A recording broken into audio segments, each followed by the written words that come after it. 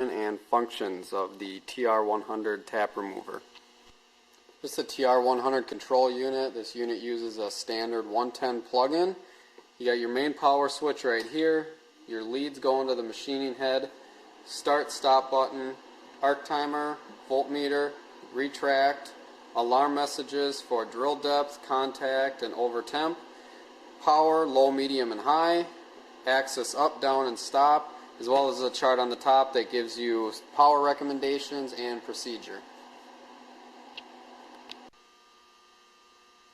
This, the machining head, comes with a magnetic base, adjustable height, swivel on the head, adjustable drill depth setting, grounding clamp, and a 6.5mm drill chuck.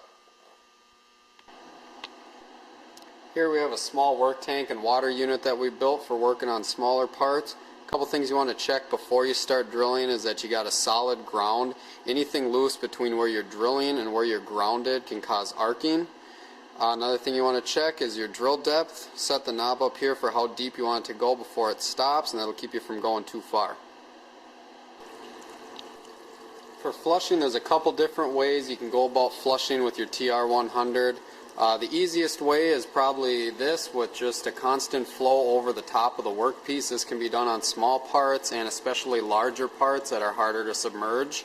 The only downfalls to this is it doesn't drill quite as fast, and as you start burning, you get a little bit more splash up from the arcing.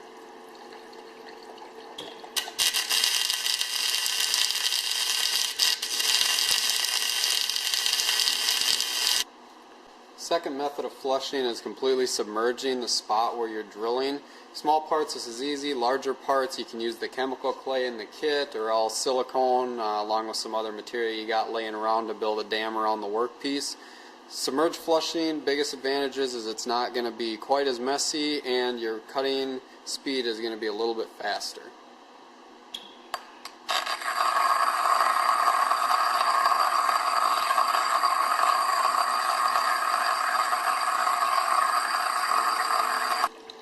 Third method of flushing that we found works the best is submerging the drill point along with some kind of flow of water over the top of the piece. The kit does come with a magnetic flushing accessory here with some snap line and a 5/8 inch hose connector.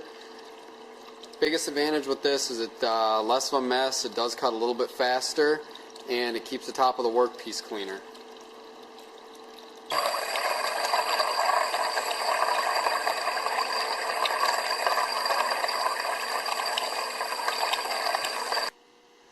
You can see now we got a hole down the center of our 1/4-20 tap. Get the pieces out, tip it over, knock them out.